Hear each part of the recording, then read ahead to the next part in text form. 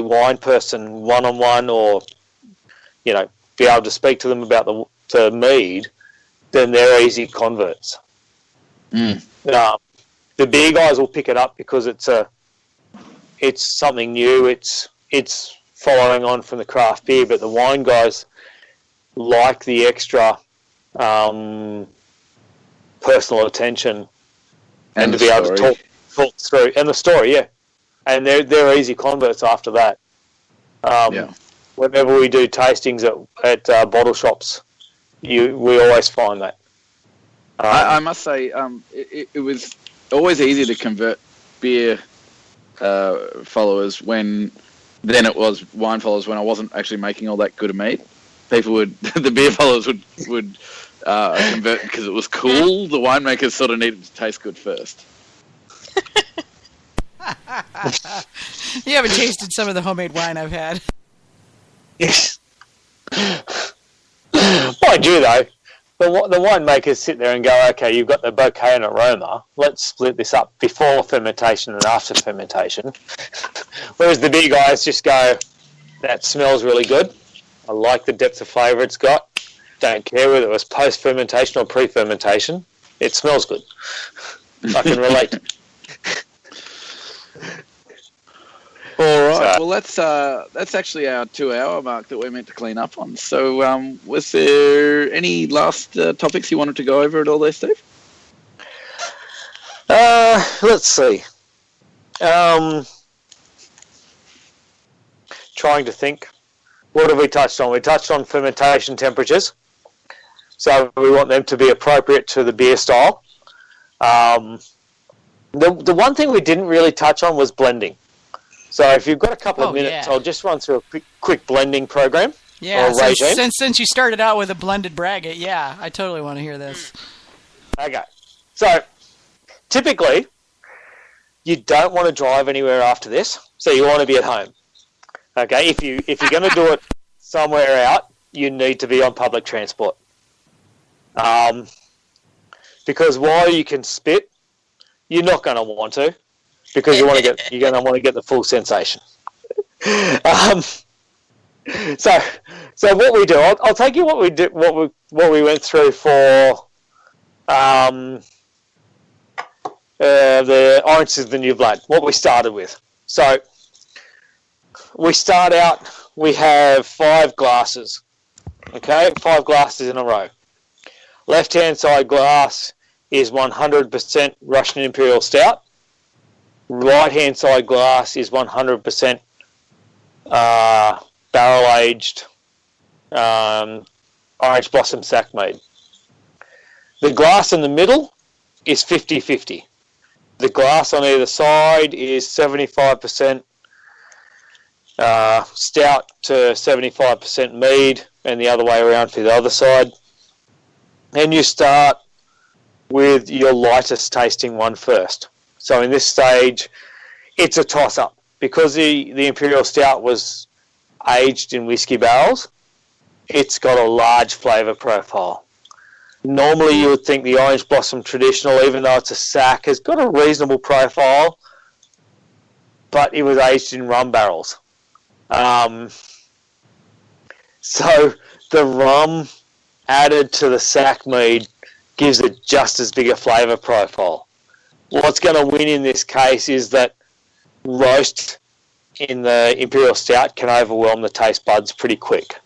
So we're going to start from the mead side. We're going to taste our Orange Blossom Traditional Mead. We're going to get that profile fixed in our mind. We're going to come across, we're going to do 75% mead, 25% stout. How does that taste? Is the roast too much? Is the whiskey too much? Is the rum barrel too much? Is the Orange Blossom too much? Where is it sitting? Okay. We're then going to come across, we're going to do the 50-50. Okay. So we've got an idea of what the Orange Blossom is bringing in. Now we're going to see what they're together. So that 50-50, where does that sit? What's too much? What's too little? We're going to then do the 75% stout. You know, is the stout overtaking? What do we need? Do we need to come back a bit? And finally, we're going to hit the 100% stout. We're going to taste that and go, okay, this is what I've been tasting through the previous 3. How is that sitting with me? Do I need to adjust? Once I've got those 5 different profiles fixed in my mind, I'll then come back and I'll hit the 50-50 again and go, okay, the 50-50. Where should I go from here? Should it be more mead? Should it be more stout? And once I've worked that out, because I've got all the flavours fixed in my mind, what's happening, okay, for us, we actually came back and hit the 25 stout, 75 orange blossom again and go, okay, how is that sitting? Is the rum too much? We said it's probably a little bit too much. We could do it a little bit more roast. So what we did, we then got a 6th glass, and we actually went through and went, to be precise, you use your measuring glass. We did 66% mead and 33% stout.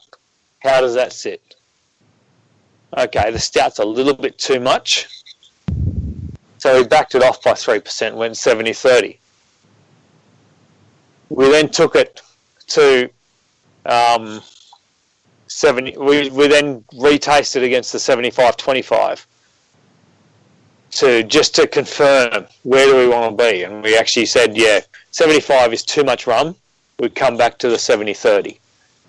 And this is why I say you don't want to drive anywhere, because you're going to be tasting a lot of high alcohol stuff. And in this particular case, the finished blend was 14.5% ABV. So you need to be careful. But that's how we do it, is that we take both ends, we come across.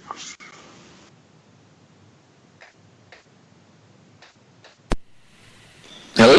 Steve, you there? Steve. It's there. Can you hear me? Yeah, we lost you for a second we lost there. you there for a moment, but Yeah. you're back. We got you at 14.5% and... Right. Oh, yeah. So that's where you don't want to drive, because it's so strong and you're tasting a lot of strong stuff. But you need to be where your taste feel like where it tastes the best to you. And not only just on the taste, but the overall mouthfeel. So you're looking for silkiness, you're looking for astringency, bitterness, all of those things that are associated with a beer and a mead you're trying to bring together. So for us, it ended up 70% mead, 30% stout. And that gave us a really nice silkiness. We didn't over-carbonate it. And it's caused us probably our biggest hassle, is that people think a beer should be carbonated, but when you serve them something that's only slightly petulant, they go, well, you've undercarbed it, or it didn't carb up. It's like, well, it's meant to be silky on the tongue. If I carb this up, the carbonation's going to take away that mouthfeel that I want. And unfortunately, that's a conversation you have to have with every customer. So it makes it a bit hard. But anyway, that's the fun part of blending. That is, and it is fun. You need to enjoy it. And why not? You're trying something totally new. You could be making combinations that no one's ever had. Yeah. Like Vegemite meat. Yeah. Well, we joke about that, but I'm looking at a garlic mead. Yeah, I've heard of that. Yeah, I've had garlic wines. So it's, I don't know where they'll go with it, where it'll go, and how. Might sell 2 bottles, but I think it could be very interesting. So, yeah. Fair enough. Okay, so do we have another question? Yeah, we have one final one. one. Last question. Yeah, and that was, when you're drinking your braggots, what do you like to eat? What would you pair your braggots with? Oh, I would pair my braggots. The bigger braggots I'm going to pair with aged meats, cured meats, your salamis and your different cured meats like that, and dried meats, and your stronger cheeses. So a really good cheddar, a really good aged cheddar. Like, I'm not a blue cheese sort of person, so I can't say I'd pair it with that.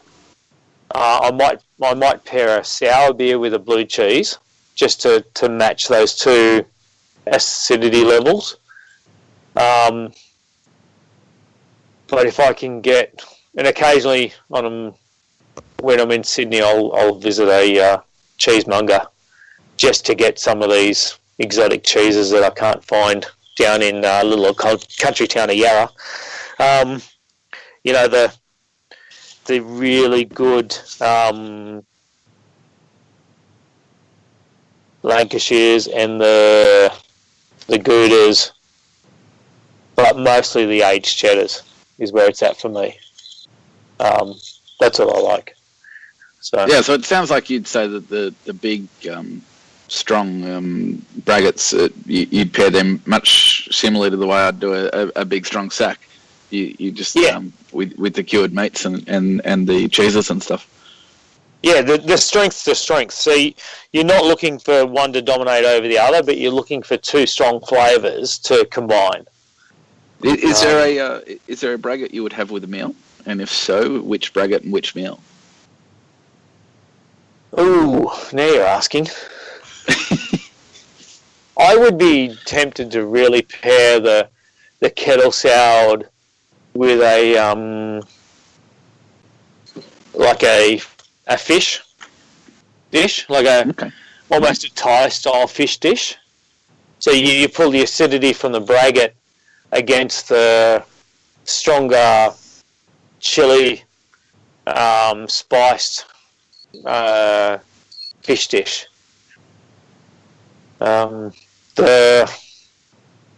Thinking about it, the Belgian Saison goes really well with American burgers. So those American style big burgers. Lots of flavour from the meat, lots of sauce, a lot of smoke. The clean crispness of it and the light body of it does really well. All right. Well, thank you very much for being on the show tonight. It's been wonderful to have you again. Yeah. So I'd love to be. Yeah, cool. Go ahead, Vicky or Steve. I'm going to be quiet now. Yeah, I'm looking forward to plotting the trip for next summer, and figuring out what we're going to get up to and what kind of trouble we're going to get into. It'll be fun. Yeah, I think it could get a bit messy. Yeah, well, I'm up for it if you are. That can only be a good thing. Yeah. We got plenty of room. You can park an RV. All right. Hamish and I are trying to figure out what we're going to do yet. We're thinking probably it's going to be a tent, but, because we looked at the prices of RV rentals and it was like, so gave us a little bit of a heart attack, and we decided that was probably not a good idea. We really don't want Vanessa killing both of us.